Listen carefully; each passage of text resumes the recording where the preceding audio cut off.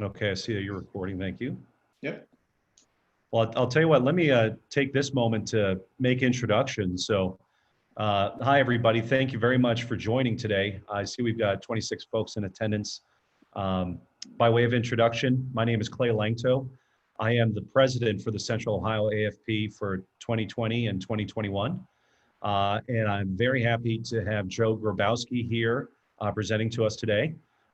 Joe's from Treasury Talent. I'll go through his bio in a second, but certainly with regards to everything that we're dealing with, both professionally and personally, Joe's topic today of virtual interviewing tips for us Treasury professionals is going to be very appropriate. You know, we're certainly working through the not new norm as we're working with the term where I work, we call it the next normal. Yeah. Right now we're in the next normal, and then there'll be another next normal. But you know, the virtual environment is new to a lot of us. So, on behalf of the COAFP, definitely appreciate all of you folks joining us today. Joe, going through the bio here, Joe Grabowski is the Vice President of Treasury Talent, a Treasury-specific recruitment firm, and he oversees their U.S. operations while focusing on recruitment in the eastern region of the United States. He has been in the recruitment space for 14 years and has experience in corporate and third-party recruiting across various industries, including information technology, healthcare, and treasury. He is customer-focused, data-driven, and a constant learner, and he enjoys coaching, mentoring, and problem-solving. Joe lives in the Metro Detroit area with his wife, Rachel, their dogs, Bruce, Jersey, Margot, and Brad, their horses, Ben and Diesel, and their cat, Rupert. When he isn't recruiting, Joe enjoys barbecuing, landscaping, and he is an avid college football fan. I'm not even going to go into the whole Michigan OSU thing, Joe, but yeah, we talked about that before, but it's all good. But Joe, thank you very much again for sharing with us today, and I'll hand it off the platform to you. Thank you. Perfect. Thank you. And thank you for the introduction. On top of this, just being the olive branch extended from the north down to the people of Ohio, just to show you that we're not all bad people. You know, this is very relevant to this is very relevant to the Treasury space right now. As Clay had mentioned, we are a Treasury specific recruitment firm. So all I'm doing each and every day is dealing with or interacting with people on both sides of the hiring equation. And that's actually where this presentation came from. And as I started to speak with more hiring leaders and more job seekers, you know, Treasury has been a very relationship focused industry, and the best way to develop relationships has always been face to face. Obviously, the pandemic threw a huge monkey wrench in all of that. And you kind of went through a phase of companies putting everything on hold, just trying to figure out where the dust is going to settle, to, all right, we'll do everything but make an offer to people if we have a need on our Treasury team, to now you're moving full bore into virtual interviewing and remote onboarding, honestly. So that's where this came from. It kind of evolved. It started off as, hey, job seekers want to put their best foot forward as they're looking for their next job. You know, as you go through this interview process, not only can video interviewing or virtual interviewing be a little bit awkward for them, but started to find out the more, and this has been present not only in the Treasury space, but throughout my career, as you move from an individual contributor into a manager or a decision maker level, what kind of gets left at the wayside is how to interview and how to provide a good experience to people who are interested in your organization. So while this started off geared toward job seekers, and it will be Treasury specific, we're gonna touch on interview tips for both sides of the equation. Doesn't matter if you're a job seeker or if you're an interviewer. I'm gonna try to cover you here. So with that, we'll get right into an Outlook, or I'm sorry, PowerPoint is not. Give me 2 seconds here. Oh, there we go. We're gonna hop right into the agenda. So what we're going to cover, my goals for today, I think it's important to share with you exactly what I had in mind for this and kind of the journey that I have planned laid out for you. We're going to cover why this matters. We've kind of touched on it, but I'm going to give you some stats from both sides as to why you should take this seriously and why you should work to improve in interviewing, both as a job seeker and as a hiring manager. And then finally, we'll get into the reason why we're all here, the actual interview tips. And some of this won't be earth-shattering, it won't be groundbreaking, but it doesn't take much to cost you an opportunity, whether it's hiring the right person on your team or landing the job that you really wanted. Video interviewing adds an additional level of complexity there. So I want to just arm you with the facts and information to put your best foot forward, no matter which side of the table you're on. That way, we're all going through this pandemic, and basically we want to make sure that we're still able to be effective in our jobs and in our career searches and in our hiring, even though we're dealt a hand that we don't have control of right now. So my goals for today, I do want it to be conversational and interactive. You may have heard me and Clay talking. If you have any questions, thoughts, anything that you want to share throughout, feel free to share that in the chat. I may not get to it till the end, but at the same time, it's important, and it's actually topical because I'm used to giving these presentations in person. So that's one level of complexity that I'm not used to. I'm used to being able to see the people I'm speaking with. I can see Clay, I can't see the rest of the audience. I feed off of energy and interaction. That's why I'm in the job that I am, to be perfectly honest. And that creates a challenge for me, but I'd like to make this as interactive as possible. The other piece to this, I want it to be informative and I want it to be beneficial to you. And as I mentioned, for both interviewers and interviewees. So I've made my career, recruiting is all I've done. I've been doing it for 14 years.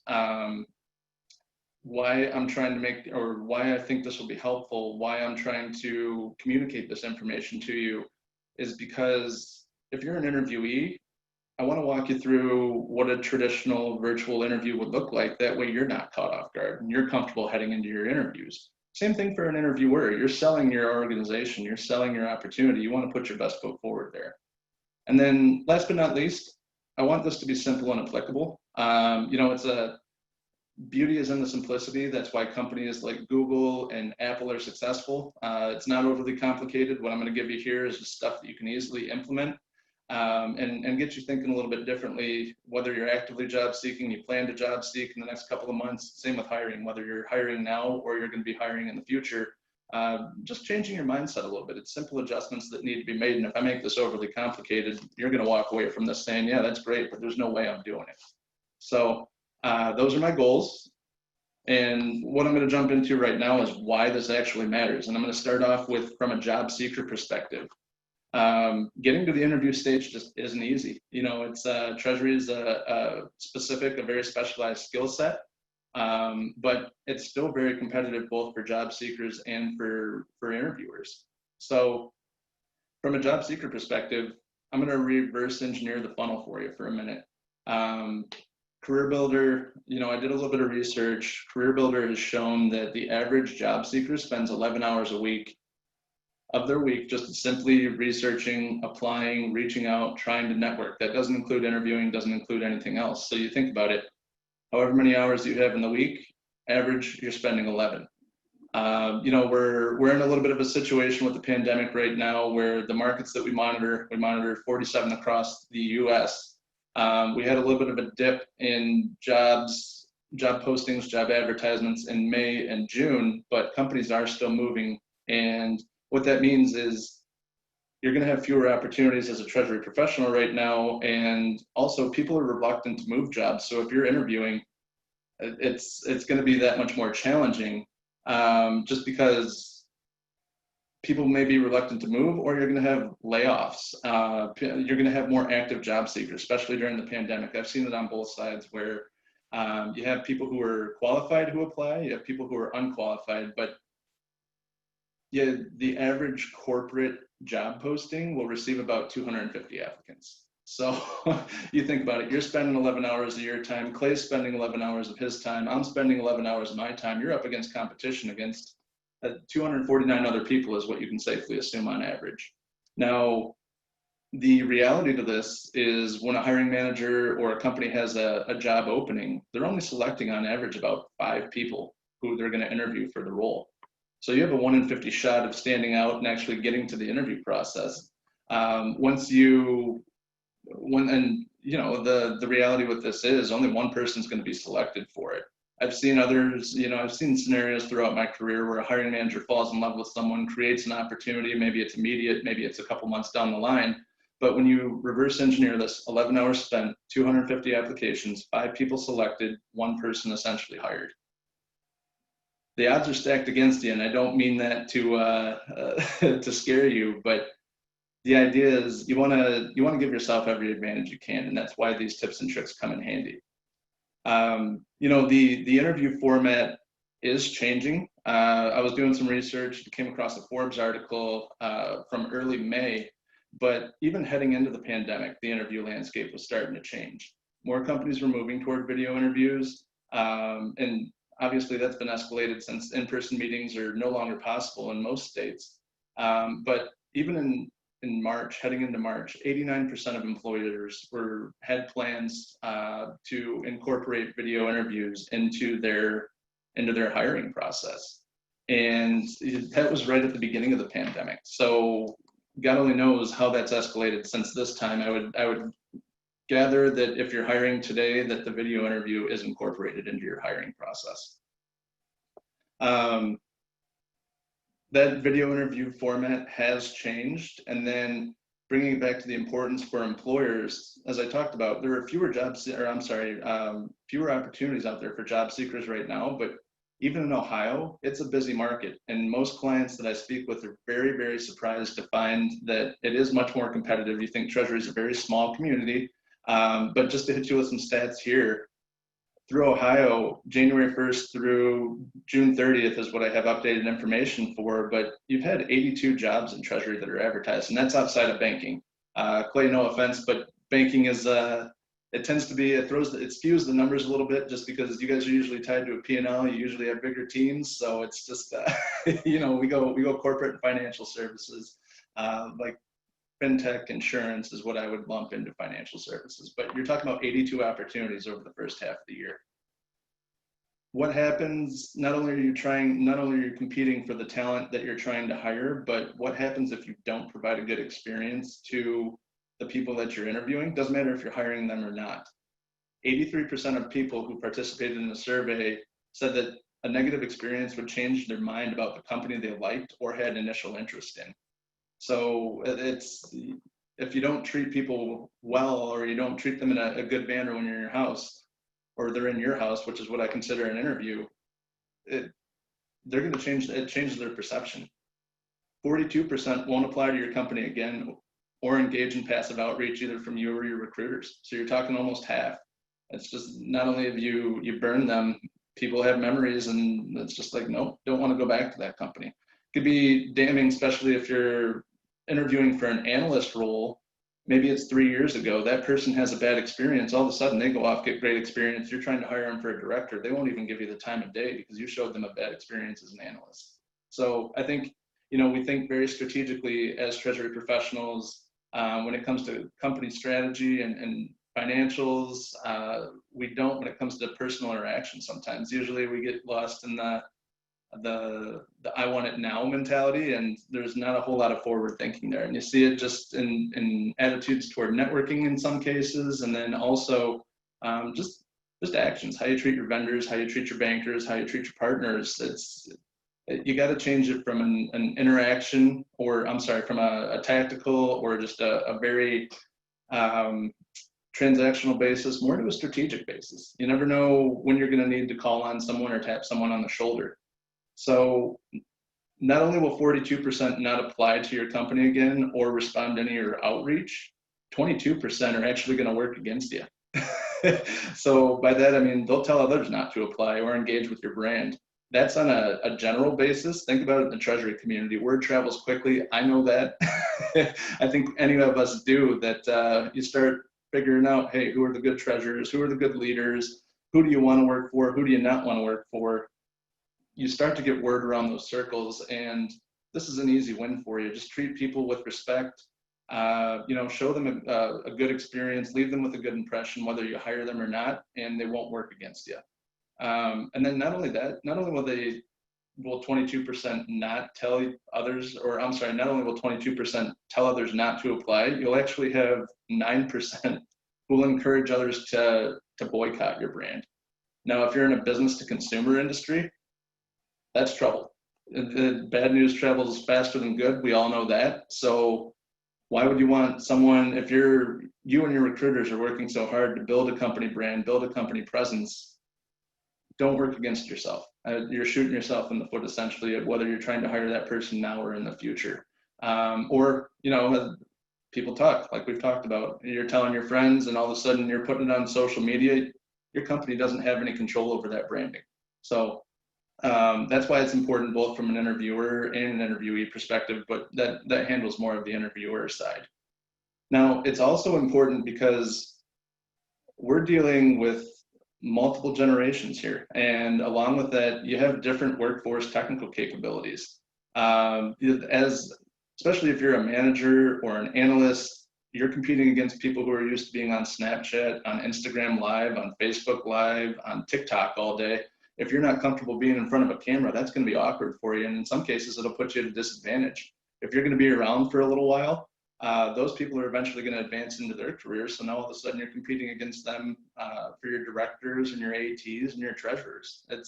I'm a huge believer that growth comes from discomfort. So anything you can do to put yourself in front of the camera, practice video interviewing, whether or not you want to accept the job or not, just put yourself in that situation where you're able to get in front of the camera, you get comfortable talking about yourself and learning about other people via interview. It is different from an internal meeting, I can tell you that. Everyone's nervous heading into an interview as is. You want to make sure that you're prepared so that you're not distracted heading into that interview, and that you are leaving the interviewer with a good impression.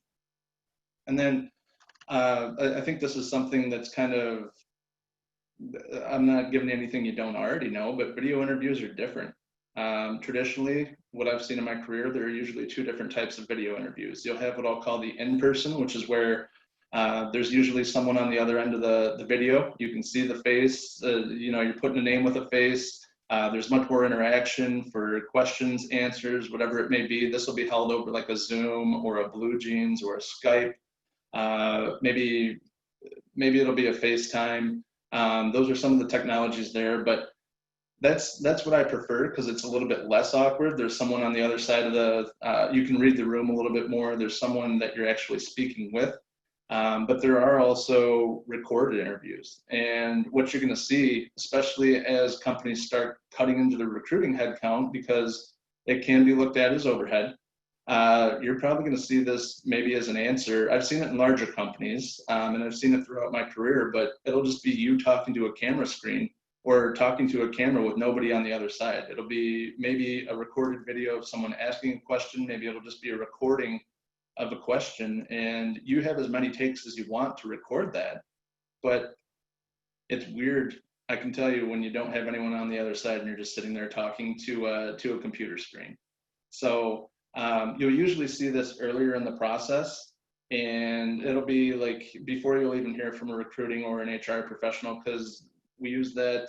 I don't use it. I actually hate it, but you'll see internal teams, especially if they're strapped for manpower, they may use this just as a real quick screen to determine who they even want to move forward in their process. A lot of what we're going to talk about today is going to be for the in-person interviews, but it can also be applicable for the recorded interviews as well. So along with that, we're going to jump right into these tips. Again, it's for as much as virtual interviews are different, you kind of have to prepare the same way, but you do have to take a couple of additional steps, I guess, to prepare. So whether you're an interviewer or an interviewee, you want to have your LinkedIn profile or the correct resume in front of you. I can't tell the number of people, can't tell you the number of people that I've talked to where it's just like, oh, I don't remember which resume I submitted over to you. What copy do you have? What does it look like? You kind of come off as disorganized. I try not to be judgmental. As I was telling Clay earlier, I'm a I'm a pretty laid back guy. Not all hiring managers are, I'll be perfectly honest with you, where you have someone who was like, oh yeah, I don't know, like what job is this, or what position did I apply to? What resume do I have, or do you have? It just makes for disorganized conversation. It's a terrible first step. It's equally as important for interviewers, because you want to know who you're speaking with. You want to prepare a little bit ahead of time, kind of thinking, you want to be thinking about the questions that you have for that person, specific to their experience, about their work history, whatever it may be. But you want to make sure that you review the resume ahead of time. I know for me, it's been awkward where I've had people, or I've had clients who walk in with people that we have interviewing saying, I don't know what I'm doing in this interview. I don't know who you are. Why are you here? Why am I speaking to you? And all that does is create a terrible first impression for the organization who's trying to hire that person. It's not a good look. So it's, again, a real simple step just to review who you're speaking with. And from a job seeker perspective, making sure that you know the resume that you have in front of you is the resume that you submitted to the position. For both sides, you also want to have the job description in front of you, or at least be able to be familiar or familiarize yourself with the job description before you get to the interview. For interviewees, it's important because you start to think about and you start to anticipate questions around experience, how your experience relates to the job description, the STAR interview method, just instead of yes, no answers, starting to provide examples around specific experience that you have to that job. Basically, it gives you an opportunity as well. You can kind of be forward thinking in the fact that if you know that you don't have a specific skill or experience there, it allows you to plan and really communicate to the interviewer, yeah, here's where my shortfall is, but here would be my plan for attack. So if I'm someone who doesn't have any experience in FX, or if I don't have experience in capital markets, maybe it's, hey, my current team we have an FX team here, so I can sit in and start to talk to them about hedging strategies. Or capital markets, maybe it's I have friends who are bankers, I can start to learn more about that. Those are the types of examples that will set you apart, and saying, not only do I realize where my weaknesses are, I have a plan of attack. It does an amazing amount of good for you if you're able to communicate a plan and you understand. You've already taken that self-evaluation to understand where your shortcomings are, but you have a plan of attack around how to make up that ground. For an interviewer, it's important for you to know the job and the role, but also it's a good system of checks and balances to ensure that anyone you're including in the interview process also knows. Sometimes you run into a situation where, especially in more senior level roles, maybe you're going through 7 or 8 rounds of interviews, and if you're all looking for different things, or you don't understand the need, it confuses the candidate or the job seeker, and also it just makes you seem discombobulated, disjointed as an organization. It leaves the person interviewing for the role with a bad experience. I've had, in my own personal career, I've had VPs sit down with me and say, well, I don't really have an agenda for this, or I don't even know what you're interviewing for. I just want to make sure that you're a good guy and that you're not an a-hole. I was just like, okay, well, what was the point of this then? I'm taking my time to interview. Why are we going about this? What value is this adding? So not only do they need to know the role and the responsibility, but don't include someone that you don't feel confident in being able to sell the role, the organization, or the opportunity. Just because this is a two-way street. It's, as I've given the indication as to why it's a competitive market for Treasury hiring as well as it is for Treasury job seekers. You don't want to cost yourself the opportunity to hire a good person with a discombobulated interview team or interview panel. I just had a situation a couple of weeks back where a person actually turned down a job offer because a client I was working with interviewed with the VP of Finance and the CFO. They got two different stories from what the role and the responsibilities should be, and it just left him confused. And he's a guy that they did offer the job to, so it was obvious that they wanted him, but he left confused after the interview, and he couldn't justify relocating for that. So it's you need to be careful of who your interview team is, and that includes just knowing the role, the responsibilities of the organization, and the value proposition for the role. Another item in preparation is bringing the energy. You know, it's nobody wants to talk to what I'll call the wet blanket. It's, hey, I have an opportunity. Is this something you're interested in? It lands differently. People are attracted to people who are upbeat, high energy. It doesn't matter if it's in your personality or not. If you're a job seeker, you should be excited about the role because obviously everyone needs a job at some point. And if you're an interviewer, you need the person on your team. There's obviously some sort of pain point or you wouldn't have opened the role. So you want people to be drawn to you and your personality and the energy that you bring to the conversation. Last part for preparation is take notes and ask questions. You know, with me, I'm on the phone all day. I talk, and I tell people this all the time. I take notes and I type on my computer while I'm talking. I recommend for virtual interviews that you use a pen and paper. I have my notes here. It can be yep, Clay's got it too. It can be misconstrued. You know, if you're typing on a computer, it can be very misconstrued for, hey, I'm multitasking, I'm not paying attention to what you're saying, and it can be distracting. I tell people that it's no secret you can hear when I'm typing because I type like a caveman. I know that. It's just like you can hear the clacking, and I want to make sure that people have my full attention, and they know they have my full attention, but I am typing at the same time. And the easiest way you can do that, you wouldn't bring your computer to an in-person interview if you were actually meeting the person at their office or in a conference room.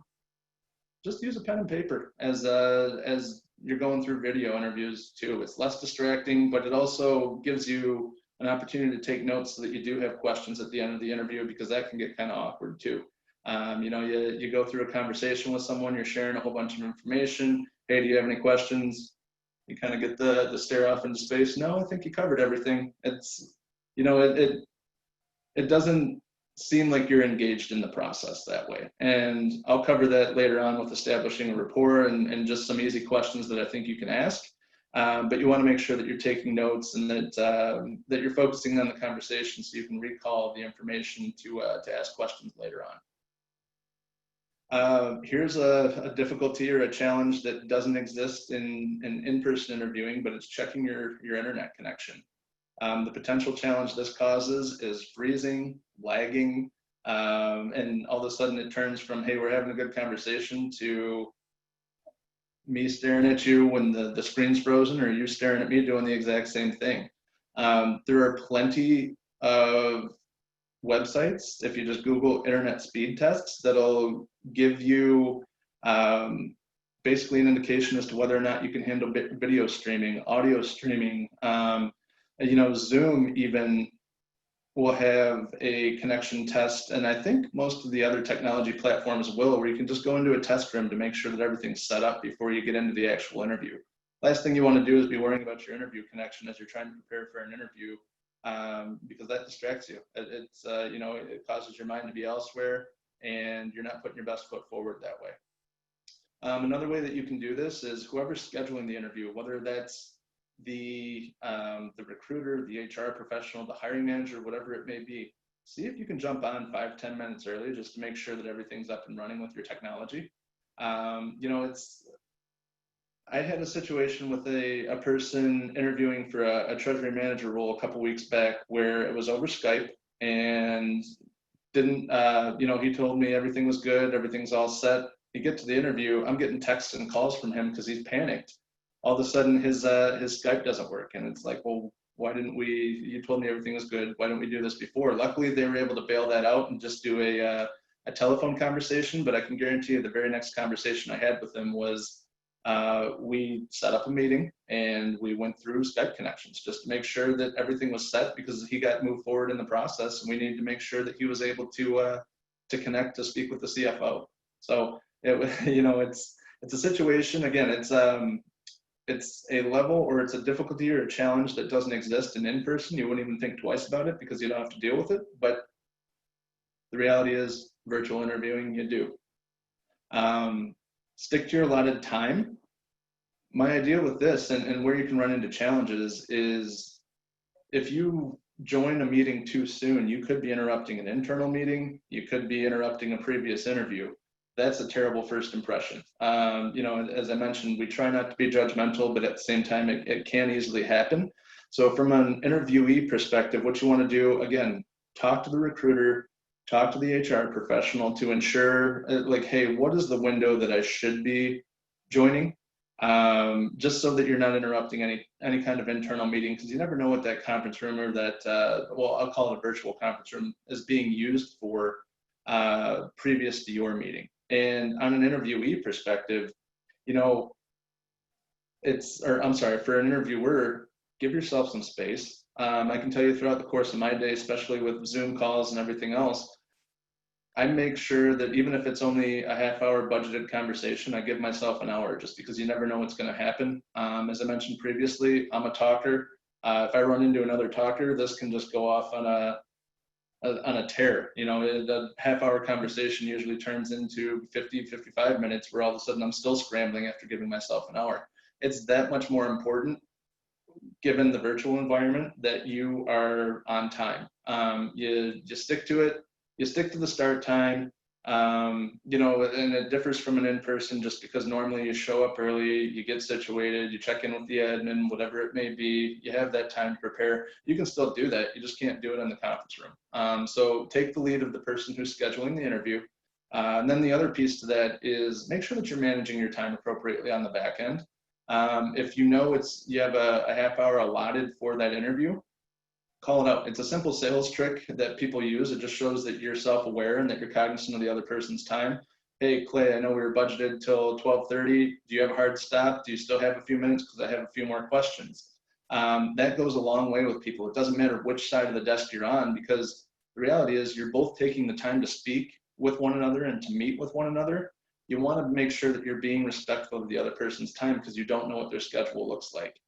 So that's the sticking to the allotted time. And this all comes down to leaving people with a good impression, and also showing a good experience to both sides of the desk. You know, traditionally, this has changed a lot over the last, I'll call it 5 to 7 years, where branding and candidate experience has become, it's a little bit more, it's a hotter topic of conversation than it used to be. You know, the old mindset was more, hey, I have a job. There's a level of arrogance there where these people need a job, so they need to do whatever I want. Now all of a sudden there's this renewed focus on, there's someone who has options on the other side of the desk, and if you want that person, especially, you want to show them a good experience, and you want them to come join your company, because you do have competition. There's a lot of studies around that, and sticking to your allotted time is just that easy. That way you're not stressed thinking about, oh crap, I got to run to my next meeting as an interviewer or as an interviewee. It's just, it's common decency, I guess, is what we'll say. So next is being aware of your surroundings. This is another difference from in-person interviews. Usually that's more in a safe environment, we'll call it. It's in an office, it's in a conference room, maybe it's in a coffee shop. The game changes a little bit with a virtual interview. You know, it's not to say that you can't, it can trip you up, I guess, is what I'm trying to say here, if you have distractions in the background, you know. So what I'm talking about with being aware of your surroundings, if you have dogs, or if you have kids, or your family is running around, call it out. I mean, I use it as an icebreaker, to be perfectly honest with you. It's I'm praying right now that my dogs are quiet enough, and that my wife's keeping them quiet. She's doing a great job so far, but you just never know. They might see a turkey running by, because I'm out in the country, and all of a sudden they start barking, and it interrupts the flow of conversation. Call it out as soon as you can if you can't find that completely safe space. Like I said, it's been used as icebreakers with me. You know, someone tells me, hey, sorry, I have a dog. Okay, well, I have 4. What kind of dog do you have? It changes the conversation and puts people at ease a little bit if you just call out the elephant in the room right ahead. The other piece to that is, as I mentioned, when you're in-person interviewing, you have a conference room, you're in an office building. Now you could be in the middle of your house. So you need to be aware that you don't have anything that's offensive in the room that you're in, that you don't have, you know, I have the Michigan State lacrosse helmet because I played there, so it's probably offending some people, maybe not as much as if it was a Michigan helmet. But I mean, I've had I've had people who have dirty laundry in the background. They have, in a very extreme case, I saw someone with drug paraphernalia in the background. They just forgot that something was sitting on the shelf, and all of a sudden, like, my mind is distracted because I'm like, all right, well, now we have to worry about a drug test, whether this person tells me they can pass or not.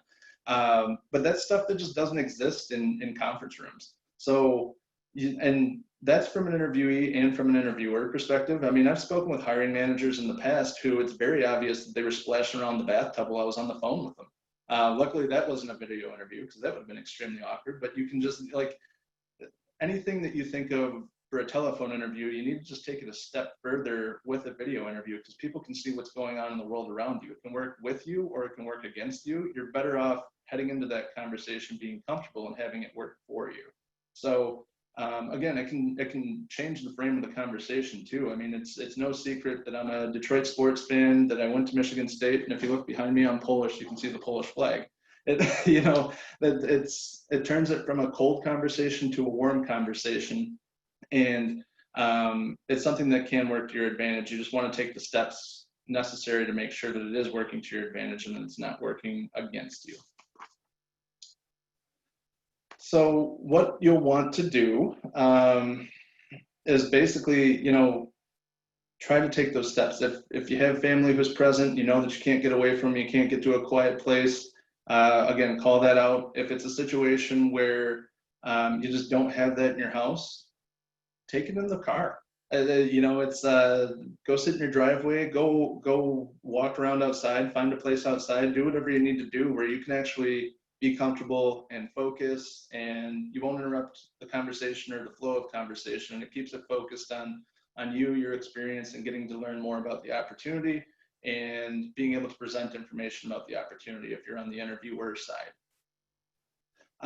Maintaining a professional appearance. This is another one where it's a no-brainer if you're in person. You're not going to show up to an interview in shorts and a t-shirt. The reality is, with video interviewing, sometimes you're working from home, you're not on a video interview before that, you completely forget about the fact that maybe you're in shorts and a t-shirt. It doesn't mean that you have to get dressed up in a suit every time. I mean, for all you know, I could be sitting here in a button down in shorts, which for the record I am, but it's, you just have to, your first impression is usually made visually on top of the conversation that you're having. So you want to make sure that it's something you don't have to consider for an in-person interview, but it's absolutely something that you do have to consider when you're working from home. You're in a more relaxed environment. Maybe you're not getting dressed up for work every day. For me, I continue to do it just because it does put me in a different mindset. I'm more focused. I find that if I do have a button down or a dress shirt on, it's a little bit different than if I am cruising around in shorts and a t-shirt or anything like that, just because it's like, okay, my brain has realized that it is work time. That is one of my tricks that I've realized about myself. You want to take that same level of focus and that mindset into your interview, and you don't want to cost yourself an opportunity by potentially looking unprofessional. So table stakes, again, not anything that would be a concern if you were interviewing in person, but absolutely a concern if you're interviewing virtually, and that goes for both sides. It's if you're interviewing, you want to make sure that the person, the impression that you're giving off, you want to make sure that you're giving the right impression to people, that you have it together, that you're buttoned up, you're polished, you're professional. It's not to say that you need to freak out if everything doesn't go according to plan with the interview, but at the same time, you just have to be cognizant of it. It's self-awareness. So last but not least, establishing a rapport. This is where the interview coaching comes in, what I had mentioned earlier. A lot of people just think about it transactionally. I had a interview that took place a couple weeks ago on the West Coast where the manager, the very opening line with the candidate for this Treasury Analyst role was, well, technically I shouldn't be speaking with you because you don't have an undergrad degree. Why should I be speaking with you? That puts that person on the defensive, not a, hey, how are you? How's the weather? It's, hey, I shouldn't be speaking with you, but tell me why I should. Treasury people aren't sales. You can't put people on the spot, and it goes both ways. Like you have to exchange the niceties. If you can't think of anything else, hey, how are you? Crazy weather we're having. How about this pandemic? Pretty messed up, huh? Like, it's small talk, but it puts the other person at ease. You know, when I've interviewed for my teams, when I was working in a corporate environment, I used to do a walk and talk interview around the office. So that way that person is getting a feel for the environment, the people that they're working with. Does it throw some people off? Yes, but I usually make that known when I'm having the interview. It's like, wear comfortable shoes because we're going to take a little walk, and here's why we're going to take that walk. It's just making sure that the person understands that you're speaking to another person on the other side, and you're being treated as a person. It's not a cog. You know, that's what I tell people all the time. I don't manufacture people. I don't manufacture opportunities. There are different aspects that play into this that we need to be cognizant of. And it's important for both sides, because interviewing is a two-way street. If you're interviewing for a job, you should be collecting as much information as you possibly can to make the best decision for you and your career.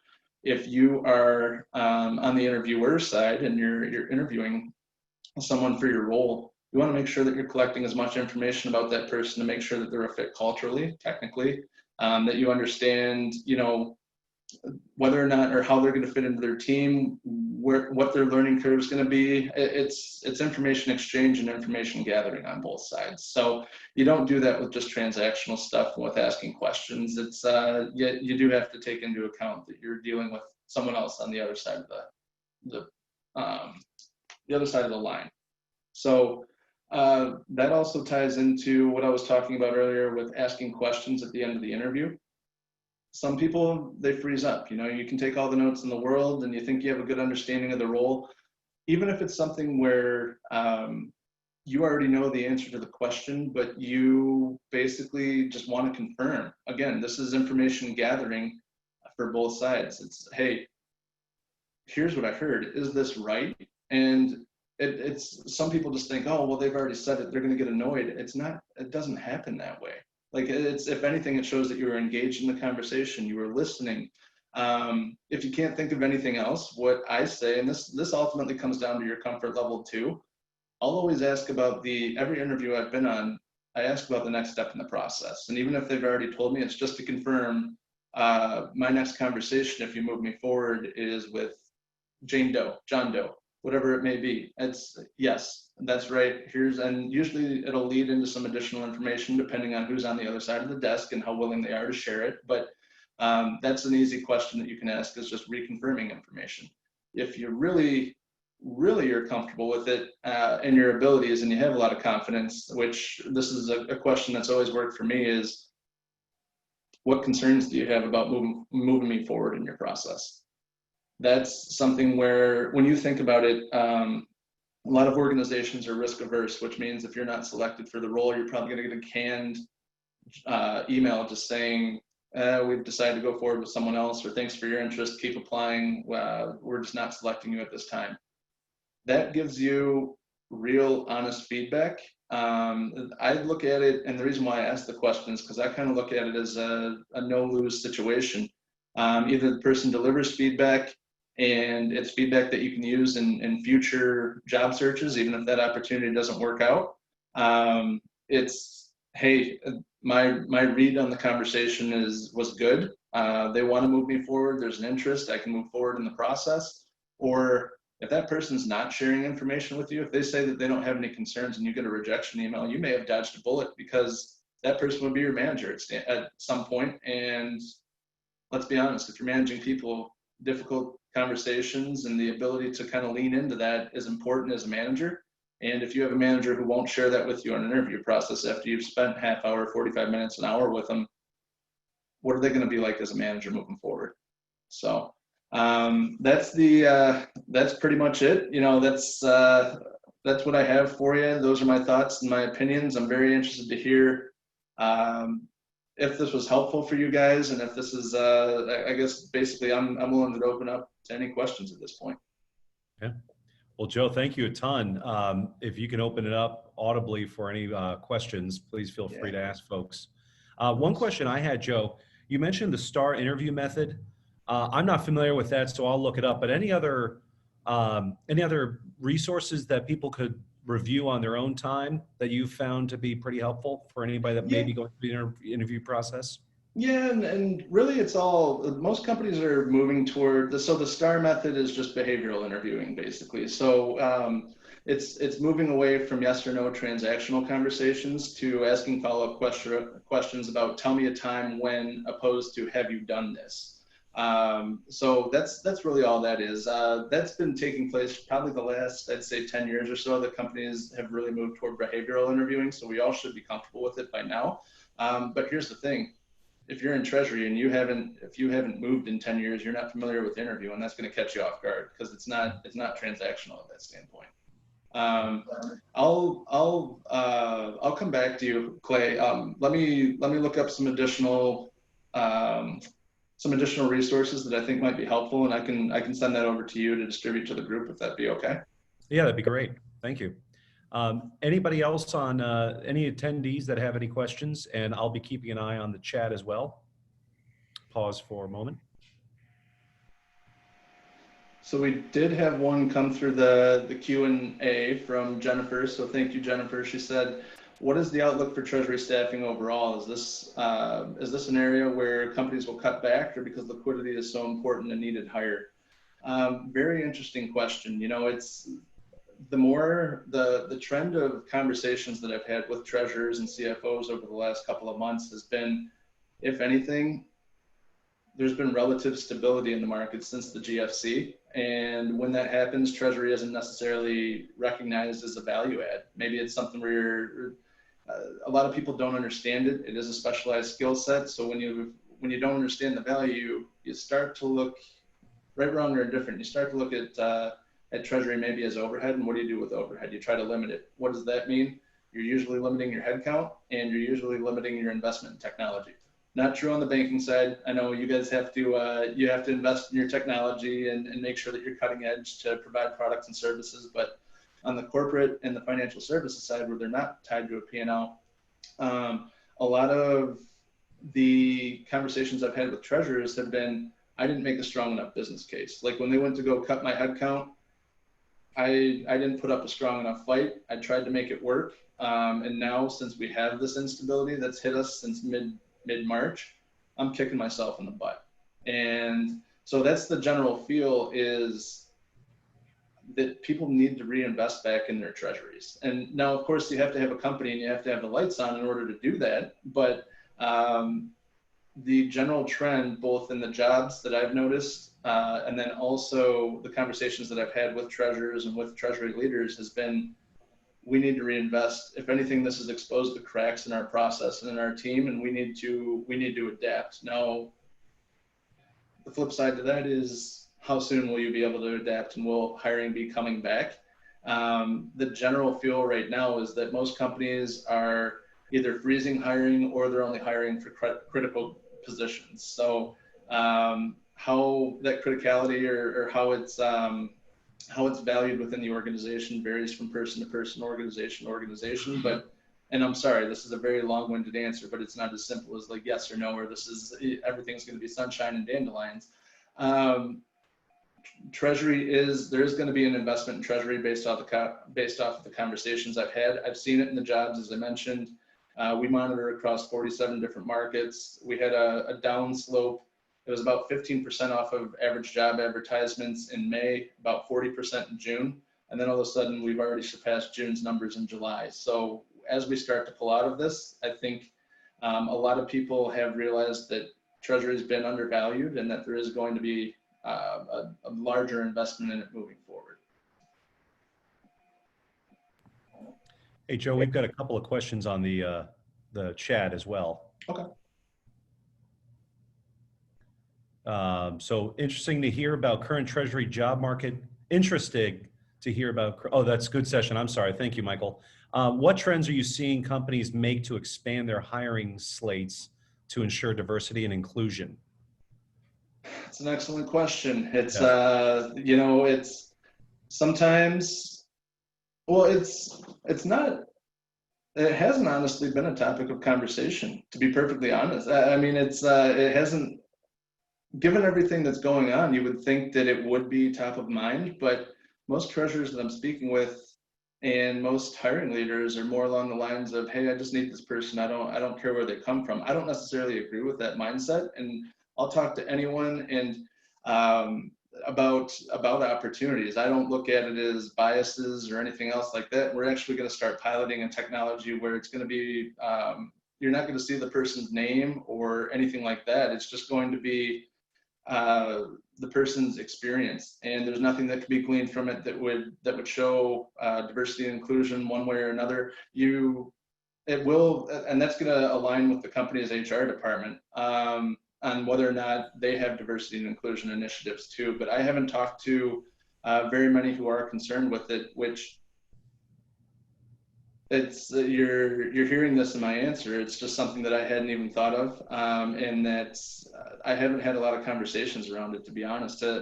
As hiring does start to pick up, it'll be interesting to see what types of initiatives will be taking place. And I just don't have a good answer for you right now. I apologize. Yeah, thank you for that question, Marcy. That is tough, certainly given a lot of the changes that we've seen. I mean, I'm not an HR manager, but I think, Joe, to your point, it helps to see a proper and strong diversity and inclusion measure from the corporate standpoint that then goes down through HR and through the interviewing process, as well as promoting from within. That would be my thought on that, Marcy, but thank you for the question. I don't see any other questions right now. Anybody audibly want to ask a question of Joe?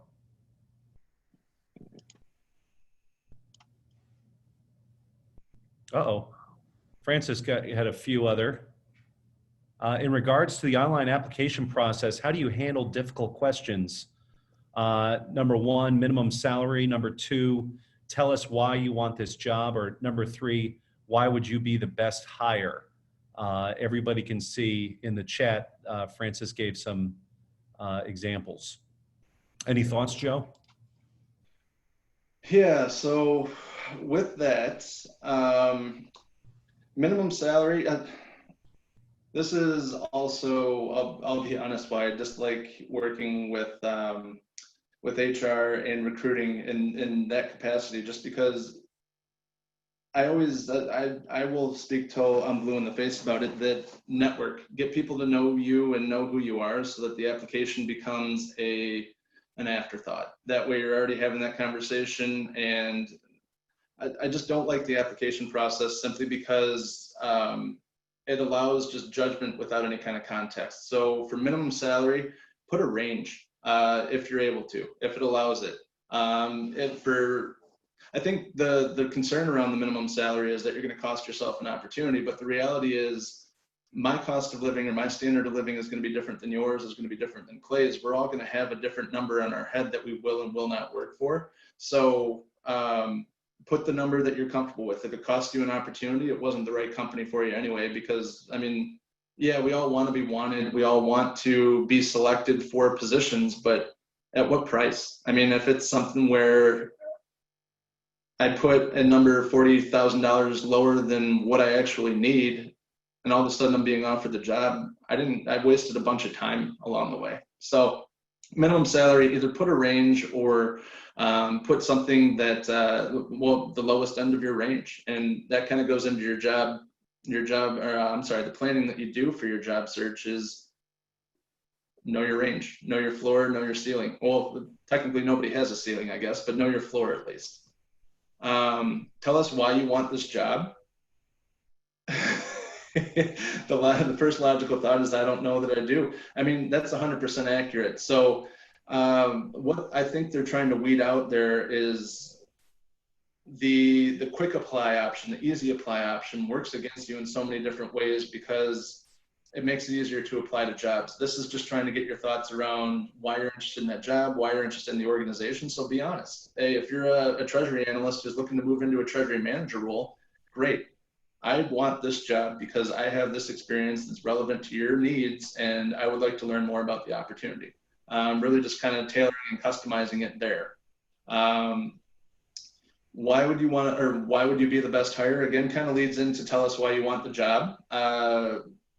Match up your experience. And again, it ties back into, so what you should be doing as a job seeker is hopefully before you're applying to the job, you're tailoring your resume to the job description so that it matches up, not embellishing experience, but If you notice a cash management heavy job description or a capital markets heavy job description, make the little tweaks to your resume to show that that experience is on there. Again, don't embellish your experience, but make sure that it's present, that you're giving the best impression there, because you don't have any opportunity to provide additional context.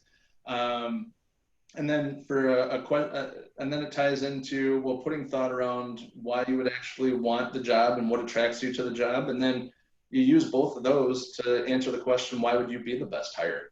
Here's exactly why. Here's where, and it ties into what I was talking about before, knowing your strengths, knowing your weaknesses, knowing how you match up against the job. And if there are areas where you don't match up, you have your plan as to how you would cover those gaps pretty quickly.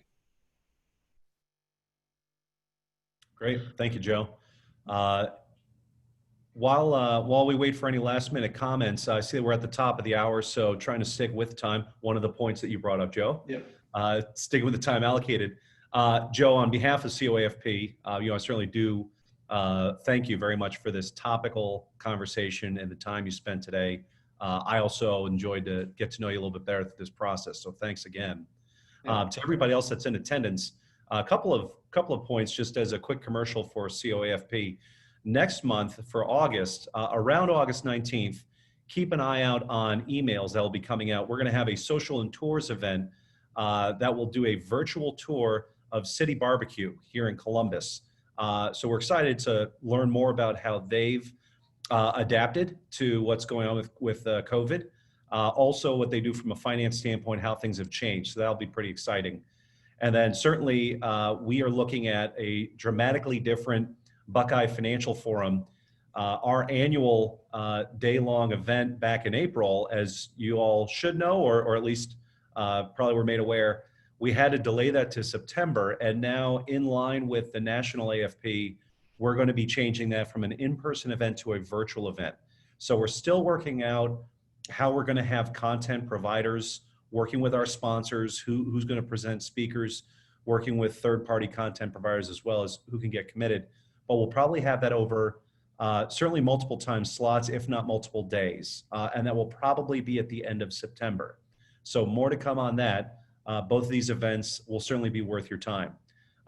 Joe, any other thoughts? I don't see any other comments, questions, or chats. Any other thoughts from your side?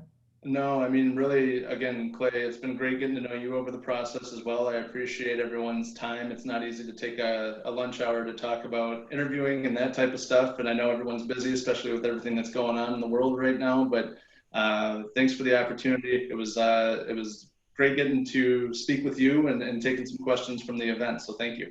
Thanks, Joe. And we'll have a recording of this too, folks. So we'll figure out how to get that out if anybody wants to share that or view it later. So Joe, thanks a lot.